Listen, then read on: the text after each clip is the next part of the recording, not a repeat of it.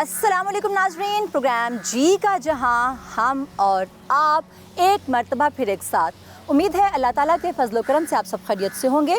वतन अज़ीज़ और हम सब के लिए सलामती की बहुत सी दुआओं के साथ अपने आज के प्रोग्राम का आगाज़ करते हैं। नाज़रीन, हमने एक ख़ुद साख्ता सी ज़िम्मेदारी अपने सर ले रखी है कि आपको हर हफ्ते किसी नए मौजू या किसी नए किरदार से मिलवाया जाए, किसी नई इमारत का तारुफ़ करवाया जाए। आज भी हमने कोशिश की कि तारीख़ के औराक से एक ऐसा किरदार आपसे मुतारिफ़ करवाया जाए जो तारीख़ में एक नुमायाँ मुकाम रखता था, और बहुत सी इमारतें भी उनके नाम से मंसूब हैं, जिनमें से एक इमारत के बारे में तो हर कोई जानता है, मस्जिद वज़ीर ख़ान। जी, मस्जिद वज़ीर ख़ान आपने शायद देखी भी होगी और बहुत सी मालूमात आपको पहले से उसके बारे में होंगी भी। लेकिन क्या आप जानते हैं कि लाहौर ही में एक जगह ऐसी भी है जहाँ पर मस्जिद वज़ीर ख़ान खुर्द भी मौजूद है। हमारा अलमिया ये रहा है कि हमने बहुत सी इमारतों, बहुत सी जगहों के नाम भी तब्दील कर रखे हैं, जिसकी वजह से हमें मुश्किलात का सामना भी करना पड़ता है। तारीख़ के औरात पलटते हुए बहुत सी दुश्वारियों का सामना करना पड़ता है।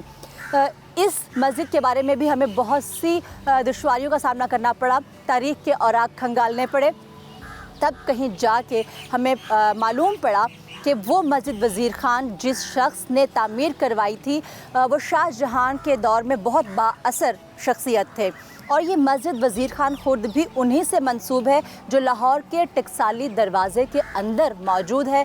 आज हम आपको लिए चलेंगे टकसाली दरवाज़े और दिखाएंगे ये मस्जिद और बताएंगे कि अलीम ख़ान कौन थे। नाज़रीन, शेख अलीमुद्दीन के बारे में कहा जाता है कि वो पंजाब के शहर चन्योट में अहद जहांगीरी में पैदा हुए। उनके वालिद शेख अब्दुल लतीफ़ और दादा शेख हसामुद्दीन का शुमार शहर के बारसूख शख्सियात में होता था। इब्तदाई तालीम इल्म फ़लसफ़ा और अरबी व फ़ारसी घर ही से हासिल की। बाद अज़ां बाकायदा तौर पर तिब में एक मुकाम हासिल किया और किस्मत आजमाई की खातिर लाहौर चले गए। क़याम लाहौर के दौरान अलीमुद्दीन ने हिकमत में खूब नाम कमाया और लोगों में खासे मकबूल भी हुए। इसके बाद आप दिल्ली की जानिब गामज़न हुए और वहाँ पर भी कुछ अर्सा क़याम किया और हिकमत में वहाँ पर भी अपना नाम बनाया। इसके बाद आपने आगरा का रुख किया। आगरा की तरफ जाना क्या हुआ कि तकदीर के दरवाज़े ही उन पर खुलना शुरू हो गए। उनकी दरबार तक रसाई मुमकिन हुई। अहद जहांगीरी में वो दरबार में दाखिल होते हैं और बहुत से शहज़ादों और शहज़ादियों के साथ उनके मरासिम बढ़ना शुरू हुए। ख़ास तौर से शहज़ादा खुर्रम, जो बाद में शाहजहां के नाम से मारूफ़ हुए, उनसे उनकी ताल्लुक़दारी दिन ब दिन बढ़ती ही चली गई। लाहौर के नकूश नंबर में तहरीर है कि हकीम अलीमुद्दीन कुछ अरसा लाहौर क़याम करने के बाद दिल्ली चले गए, मगर जब वहाँ भी रोज़गार का बंदोबस्त ना हुआ तो आगरा रवाना हो गए, जहाँ थोड़े ही अरसे में आपका मतब बहुत मशहूर व मकबूल हो गया। शहज़ादा खुर्रम की मुलाजमत मिल गई। यूँ रफ्ता रफ्ता आप बादशाह, शहजादगान और तमाम बेगमात के मुआलिज बन गए और इस दर्जा रसूख हासिल हुआ कि दीवाने ब्योतात, फिर मीरे सामान के मरातिब हासिल किए और बाद में दीवान के बुलंद पाया ओहदे पर भी फायज हुए। शहंशाह जहांगीर की लाडली बेगम नूरजहां को एक मरतबा अरकुन निसा की बीमारी हो गई, जिसकी वजह से उनके पाँव में इन्फेक्शन भी हुई और इसका इलाज बग़ैर सर्जरी के मुमकिन ना था, और मलिका सर्जरी करवाने पर बिल्कुल भी तैयार ना थी। बहुत से हकीमों और तबीबों को बुलवाया गया कि बग़ैर सर्जरी इलाज को मुमकिन बनाया जाए, लेकिन ऐसा ना हो सका। इस मौके पर शाहजहां ने हकीम अलीमुद्दीन को पैगाम भिजवाया कि वो आएँ और आके मलिका का इलाज करें। उन्होंने एक ऐसा मुनफरिद तरीका इख्तियार किया कि मलिका भी उनकी गिरविदा हो गई। हकीम साहब ने मलिका के इलाज की खातिर एक कमरे में सहराई रेत बिछवाई और मलिका से दरख्वास्त की कि इस रेत पर नंगे पांव चलें। मलिका जब इस रेत पर चली तो कदमों के निशान वाज़े होते चले गए और उनमें जख्म वाली जगह अलग से नुमायां थी। हकीम साहब ने मलिका को बाहर भिजवा दिया और उनके जख्मों वाली जगह के निशानों पर इंतहाई बारीक और छोटे निश्तर रख दिए और फिर दोबारा बुलवा कर मलिका को उन्हीं निशानों पर चलने की दरख्वास्त की। जिसकी वजह से गैर महसूस तरीके से उनके ज़ख्म खुल गए और फासिद मादा खारिज हो गया। मलिका हकीम साहब के तरीक़ा इलाज से इस कदर मुतासिर हुई कि उन्होंने सेहतयाबी के बाद अपने तमाम ज़ेवरात जो पहन रखे थे हकीम साहब को अनायत किए। इसके देखा देखी उनकी तमाम कनीज़ों ने भी अपने ज़ेवरात हकीम साहब को दे दिए। उन तमाम ज़ेवरात की मालियत उस वक्त तकरीबन 22 लाख के करीब थी, जिस पर हकीम साहब ने शहर के बिल्कुल वस्त में एक मस्जिद तामीर करवाई जिसका नाम मस्जिद नवाब वज़ीर ख़ान था। ये वही वज़ीर ख़ान मस्जिद है जो आज भी दिल्ली दरवाज़े के अंदर मौजूद है। इसके बाद हकीम साहब का असर व रसूख महल में और भी ज़्यादा बढ़ता चला गया। जहांगीर अपने आखिरी अय्याम में खासा अलील था। यही वजह है कि वो सियासत से अमली तौर पर मुकम्मल किनारा कश हो चुका था और उसकी जगह पर उसकी चहीती बेगम नूरजहां ने दरबार में खासा रसूख हासिल कर लिया था। यही वजह है कि वो चाहती थीं कि उनकी बेटी लाडली बेगम के शौहर शहरयार को तख्त पर बिठाया जाए और बहुत से दरबारी उनके साथ भी थे। शहरयार शाहजहां के छोटे भाई थे। दूसरी जानिब नूरजहां के भाई आसिफ जा की बेटी मुमताज़ महल शाहजहां की ज़ौजा थी। यही वजह है कि आसिफ जा ने अपनी बहन की बजाय शाहजहां का साथ दिया।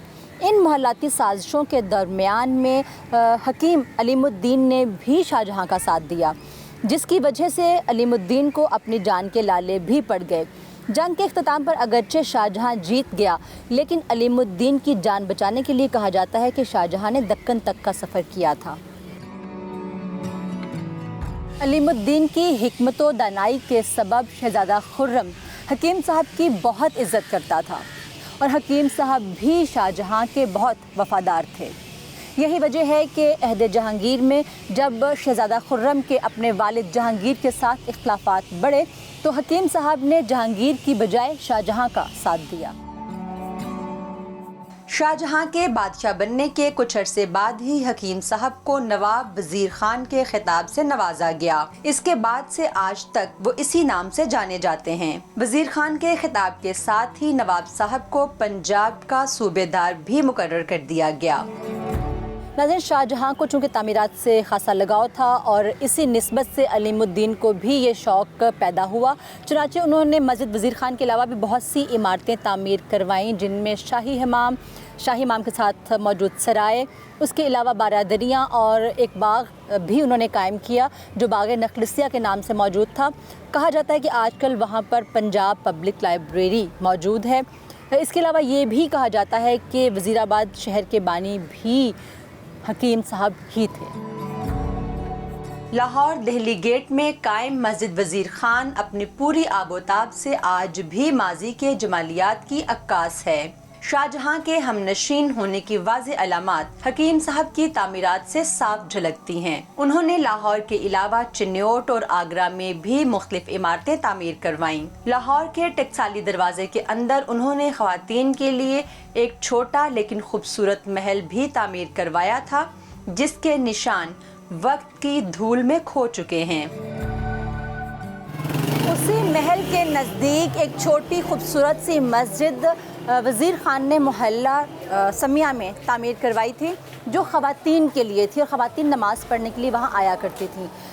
आज अगरचे उसका नाम तब्दील हो चुका है और यहाँ पर हमें वो महल भी दिखाई नहीं दे रहा।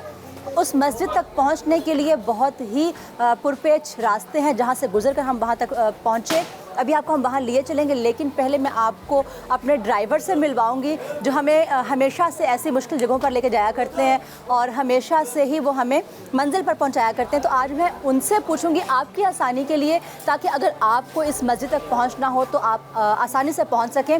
उनसे बात करेंगे कि कहाँ से होते हुए यहाँ तक वो हमें लाए। टकसाली गेट से जब हम अंदर आते हैं तो अंदर एक जूतियों की मार्केट है, जिसको खुस्सा बाज़ार भी कहा जाता है। लाहौर की सबसे मशहूर मार्केट है टकसाली गेट की। वहाँ से अगर हम आगे जाते हैं तो पाँच सात दुकानें छोड़ के आगे जाते हैं, आगे शेखुपुरिया बाज़ार आता है। शेखुपुरिया बाज़ार के राइट साइड पे ही आपको एक ऊंची मस्जिद नज़र आएगी और उसके अलावा थोड़ा सा और आप आगे जाएंगे, उसी शेखुपुरिया बाज़ार से आप सीधा आगे निकल के जाएंगे तो आपको पाकिस्तान का सबसे मशहूर सिनेमा और सबसे पहला सिनेमा आपको नज़र आएगा, जो किसी दौर में होता था, अब नहीं है वहाँ पे, लेकिन किसी दौर में होता था। उससे आप और थोड़ा सा आगे जाएंगे तो आपके ठट्ठी बाज़ार आएगा, ठट्ठी मला बाज़ार आएगा। वो ठट्ठी मला बाज़ार में पहुँचेंगे तो उसकी राइट साइड पे आपको वो मस्जिद नज़र आएगी। यहाँ तक कि अगर आपने आना चाहे, अगर आप लोग आते हैं तो गाड़ी पे तो बहुत ही मुश्किल होता है वहाँ पे आना, लेकिन अगर आप बाइक पे आएंगे तो वो आपके लिए बहुत इजी पड़ेगा, बहुत आसान पड़ेगा। और इसके एक दो रास्ते और भी हैं जहाँ से आप आ सकते हैं। जी, ये तो व्हाट्सअप की मेहरबानी है कि हमें इस गलियों में ले आई हैं। तो व्हाट्सअप क्या, हमें जहाँ भी कहती हैं हमें जाना पड़ता है, चाहे वो इससे भी तंग गलियाँ हो, चाहे गाड़ी सर पे रख के क्यों ना जाना पड़े, वो हमने जाना ही जाना है। ये व्हाट्सअप की मेहरबानी है।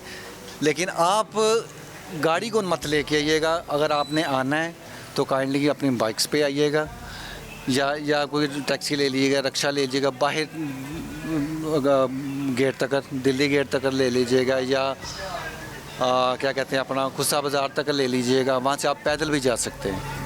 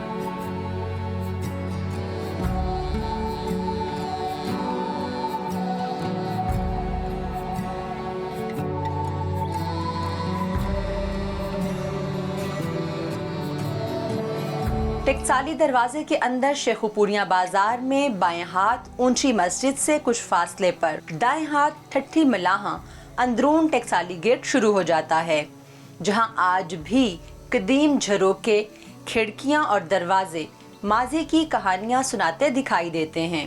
यहीं पर एक घर गाजी इलमदीन शहीद के वालिद का तामीर करदा आज भी मौजूद है, जो 1916 में तामीर किया गया। नाज़रीन, टेकसाली दरवाजे से अंदर तंग और टेढ़ी मेढ़ी गलियों से होते मुख्तलिफ बाज़ार क्रॉस करते इस वक्त हम समिया मोहल्ले के जिस चौक में मौजूद हैं, कहा जाता है कि यहाँ पर नवाब वज़ीर ख़ान ने महल तैयार करवाया था ख़वातीन के लिए, और जो मेरे अकब में आप मस्जिद देख रहे हैं वो उसी महल में तैयार की गई थी ताकि ख़वातीन नमाज अदा कर सकें। आप देख सकते हैं कि यहाँ पर इस वक्त कोई ऐसा महल हमें दिखाई नहीं देता, लेकिन ये भी सुनने में आया है कि रंजीत सिंह के अहद में यहाँ पर उसके खंडरात भी मौजूद थे और इमारत भी मौजूद थी, लेकिन अंग्रेज़ों ने उस इमारत को बिल्कुल हमवार करवा दिया। आज यहाँ पर ढूंढे से भी उसके आसार नहीं मिलते और नई इमारतें तामीर हो चुकी हैं, और आप देख सकते हैं कि यहाँ पर बहुत ज़्यादा दुकानें भी मौजूद हैं और बहुत ही रश भी यहाँ पर दिखाई दे रहा है। लेकिन इस मस्जिद में अभी भी वो आसार बाकी हैं जो वज़ीर ख़ान ने तैयार करवाई थी। हम आपको वो आसार भी दिखाएंगे जो इस बात का सबूत है कि यहाँ पर कभी नवाब वज़ीर ख़ान ने महल तैयार करवाया था और ये मस्जिद भी उन्हीं के। लेकिन जैसा कि मैंने प्रोग्राम के आगाज़ में ही कहा था कि हमारा अलमिया है कि हमने बहुत सी जगहों के नाम तब्दील कर दिए हैं। आज ये मस्जिद वज़ीर ख़ान के नाम से कोई भी नहीं जानता। आजकल इसको ग़ुलाम यासीन की मस्जिद कहा जाता है। इसका नाम ग़ुलाम यासीन की मस्जिद कब पड़ा, कैसे पड़ा, हम यहाँ पे लोगों से जानने की कोशिश करेंगे। अभी हम आपको मस्जिद के अंदर लिए चलते हैं।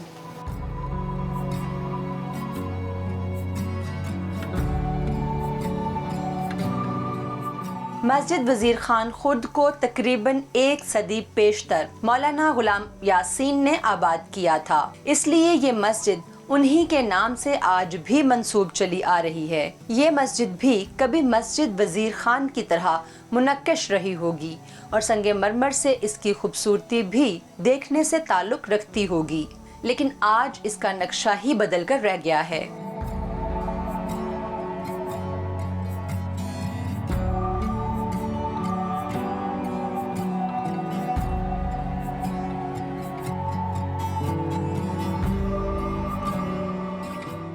जी नाज़रीन, आप देख रहे हैं कि ये गुंबद माजी के अक्कास और उसके साथ ही ये दीवार भी हमें बताती है कि ये माजी ही का आईना है।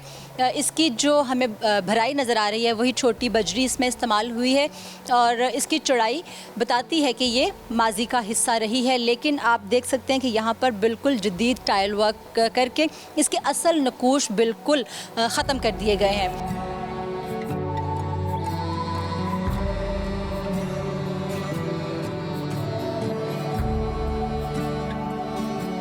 जबकि इस दीवार के साथ ही आपको दिखाई दे रहा है कि ये दीवार बिल्कुल नीचे तक जा रही है और इसकी चौड़ाई भी बहुत ज़्यादा है, जैसे कि आम तौर पे हमें मुग़ल ईरा में या सिख दौर में भी दिखाई देती हैं। तो ये इमारत जो है बिल्कुल उसी बुनियाद पे खड़ी है जो कि कदीम थी, लेकिन आगे तमाम हिस्सा जो है उसको तब्दील कर दिया गया है। यहाँ पर कदीम दीवारों में अगर हमें कुछ और दिखाई देता है तो मेरे साथ एक और दीवार है जो आपको मेरा कैमरा भी दिखा सकता है कि वहाँ पर भी कुछ आसार हमें दिखाई देते हैं क़दामत के। इसके अलावा यहाँ पर हमें किसी किस्म की कोई ऐसी चीज़ दिखाई नहीं देती है जो ये बता सके कि ये इमारत कब तामीर हुई, किसने की। लेकिन चूँकि तहकीक करने वाले जो मुहक्किक हैं उनका काम ही ये है कि वो तारीख़ के जो छुपे हुए नगीने हैं उनको निकाल के दुनिया के सामने लाते हैं। तो इस हवाले से भी बहुत से लोगों की काविश इसमें कार फरमा है। नकूश लाहौर नंबर में भी इसके बारे में बहुत सी तफसीलात जो है वो हमें मिली। इसके अलावा भी मुख्तलिफ़ कुतब से हवालाजात के बाद हम इस मस्जिद तक पहुँच पाए और यहाँ पर आकर हमें सिवाय अफसोस और हैरत के कुछ भी हम एक्सप्रेस नहीं कर पाए कि इतनी कदीम इमारत को बिल्कुल ही फरामोश कर दिया गया। ये आप देख सकते हैं कि जो गुंबद है ये भी मकानों तले घिरे हुए बिल्कुल खामोशी से खड़े अपना नोहा बयान कर रहे हैं और शायद कोई सुनने वाला नहीं है, कोई पुरसाने हाल नहीं है। इसके नकूश कैसे रहे होंगे, इस पर कैसी नक्श निगारी की गई होगी, हम इसके बारे में कुछ भी नहीं बता सकते। जो यहाँ पर कुछ अर्सा पेशतर दीवारों पर नक्श बाकी थे आज वो भी मादूम हो चुके और यही हालात रहे तो ये गुंबद भी किसी रोज़ शायद अपना ख़ुद से ही आहो फ़गा में फ़ना हो जाएंगे। तो इसको थोड़ा सा नुमायाँ किया जाना चाहिए। जितना भी बकाया रह गया है इसको कहीं ना कहीं मेंटेन करके कुछ आसार को इस हद तक छोड़ देना चाहिए कि आने वाली नस्लों में या 100 साल तक 200 साल तक ये नाम ज़िंदा रहे कि ये मस्जिद दरअसल नवाब वज़ीर ख़ान ने तामीर करवाई थी। वही वज़ीर ख़ान जो चिन्योट के घर में पैदा हुए, जिन्होंने तिब की तालीम हासिल की, जो लाहौर में आए, जो गवर्नर बने, जिन्होंने दरबार तक रसाई हासिल की और इतना मुकाम पाया कि बरसग़ीर में इंडो पाक में अपनी कुछ इमारतें अपने नाम की छोड़ कर गए और हमने उनके नाम को बिल्कुल मलिया मेट कर दिया या दुनिया सफ़े हस्ती से उसको ख़त्म कर दिया। ये सरासर आने वाले अदवार के लिए उनके साथ नाइंसाफ़ी है कि वो तारीख़ के बहुत से अबवाब नहीं पढ़ पाएंगे। तो हमारे इस प्रोग्राम की छोटी सी एक काविश थी जो हमने की और आप तक मालूमात पहुंचाई कि ये मस्जिद कभी मस्जिद वज़ीर ख़ान ख़ुद कहलाती थी, लेकिन आज इसे ग़ुलाम यासीन की मस्जिद के नाम से जाना जाता है।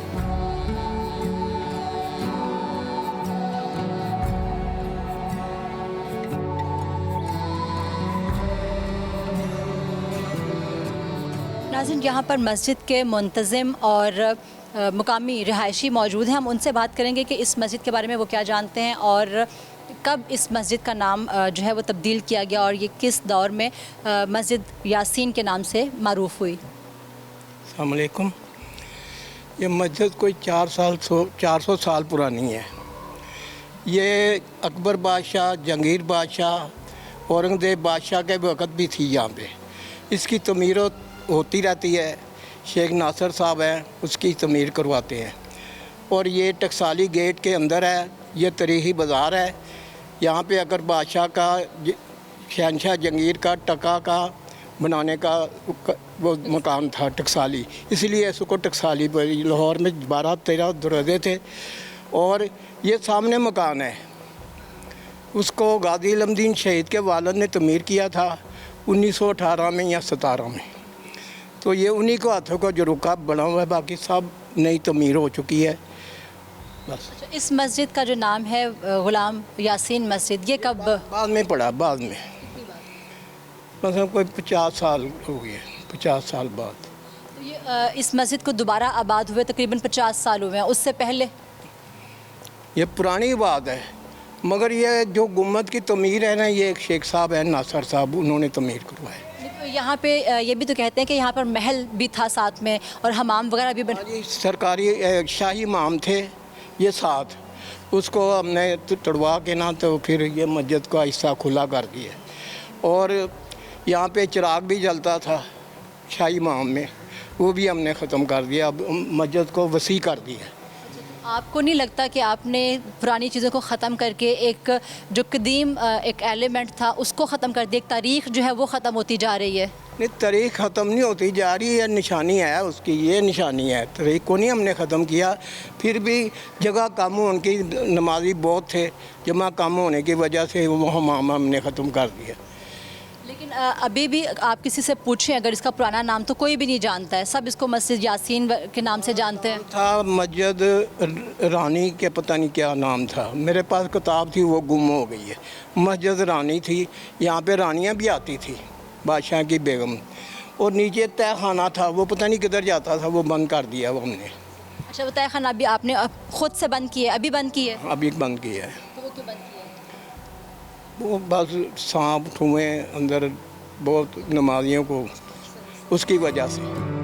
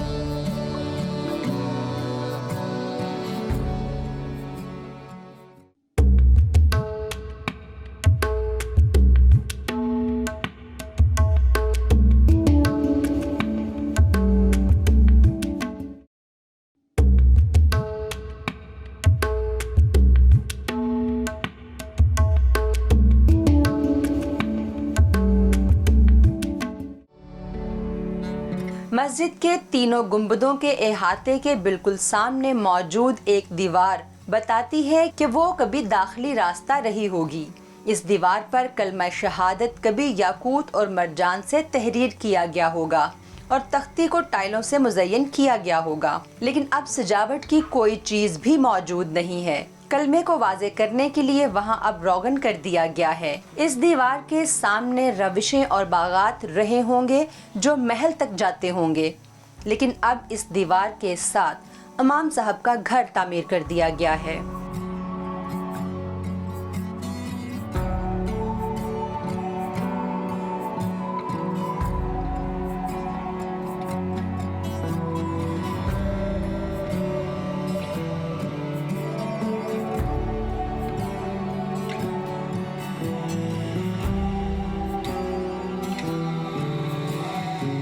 मस्जिद चूँकि ख़ातीन की नमाज की अदायगी के लिए तामीर की गई थी, इसलिए ये बहुत वसी नहीं है। एक मुस्ततिल बरामदा और उसके पीछे मस्जिद का अंदरूनी हिस्सा है। मस्जिद के अंदरूनी हिस्से की दीवार और उसकी छत पर मौजूद 3 गुंबद ही माजी की झलक दिखाते हैं। बाकी तमाम मस्जिद को जिद्दत के रंग में ढाल दिया गया है।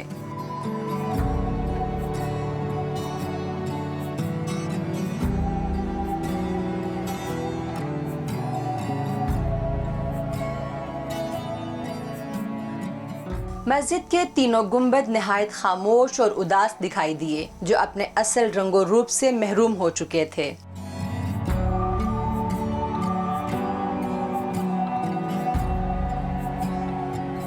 इन्हीं गलियों में चलते फिरते माजी के बहुत से निशानात हमें पुकारते रहे और अपनी शिकस्तो रेख्त की अनकही बयान करते रहे। इन्हीं में एक मस्जिद ने हमारे कदम रोक लिए, जिसे कभी मस्जिद ठट्ठी मलाहा कहा जाता था। इस मस्जिद का बुलंद दरवाज़ा माजी की अजमत की दास्तान सुना रहा था। दरवाजे के अंदर गुंबद भी मुगल तर्ज पर तामीर करदा दिखाई दिया। इसके साथ सफ़ेद पिलर्स और उनका दीदा ज़ेब काम सुर्ख दरवाजे को अजब खूबसूरती दे रहा था।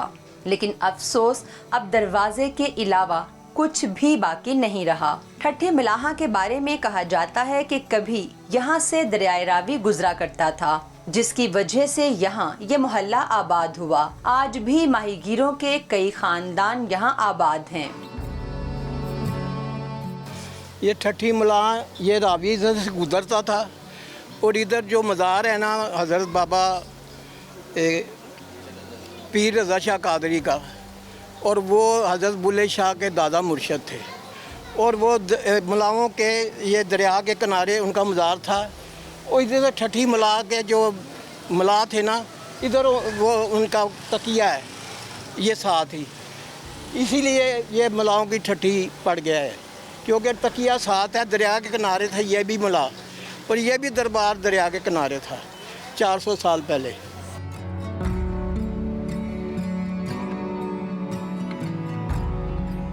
इन्हीं गलियों में बहुत से दरबार, मज़ारात, सियासी शख्सियात और फ़न मौसीकी से मुतल्लिक़ अफराद के कदीम घर भी मौजूद हैं, जिनमें माई गुलाबो, जस्टिस अब्दुल लतीफ़ और उस्ताद ताफ़ो शामिल हैं।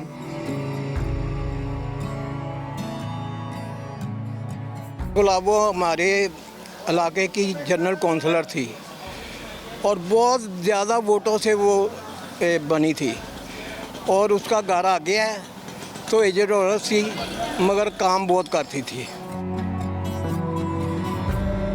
वो पाकिस्तान बनने से पहले जज थे इधर के, और बड़े रोबदार आदमी थे। इन्हीं के लिए उनका जरा उनके नाम से ये बाज़ार चल रहा है। उनकी आगे हवेली भी है और हवेली के नाम पे उनका ये नाम चल रहा है। हाँ जी, उस पर दुकान बन गई है ना। रहमत अली कादरी। हाँ जी, ये रहमत अली का मज़ार कोई 8 साल से बना है। पहले वो ज़िंदा थे, अब वो इस दुनिया में नहीं है, और 8 साल हो गए हैं। वो उनका मेला भी लगता है और मज़ार भी आ गया है। वो किस सिलसिले से? हाँ जी, उनका सिलसिला किससे मिला? अहले सुन्नत जमात से। ये पुराना मज़ार है, ये बहुत पुराना मज़ार है। इसके मुतल्लिक़ यहाँ पे मासूम शाह वली थे और बड़े ज़ारा वली हैं, और ये उनका मज़ार यही है। यहाँ पर शाही हमाम और कुएं भी मौजूद थे, जो कि अपना वजूद अब खो चुके हैं। एक जगह आज भी खारी खुई के नाम से जानी जाती है।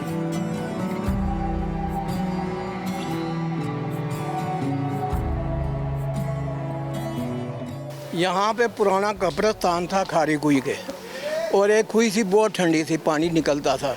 अब वो भी ख़त्म कर दी गई है, उस गली में है बस।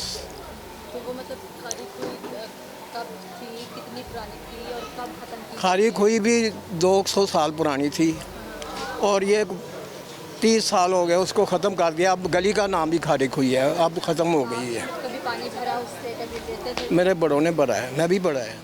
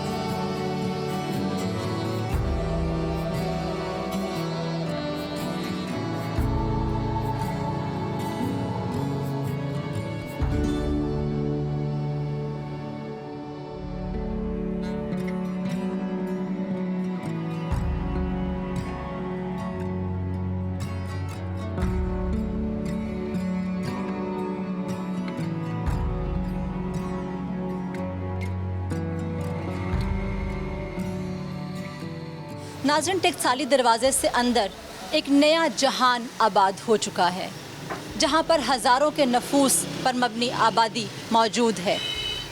इस इलाके में हर रोज़ बहुत से अफराद का आना जाना होता है, लेकिन शायद यहाँ से गुज़रने वालों ने कभी ये सोचा तक ना होगा कि यहाँ पर माजी के कितने गौहर मदफून हैं।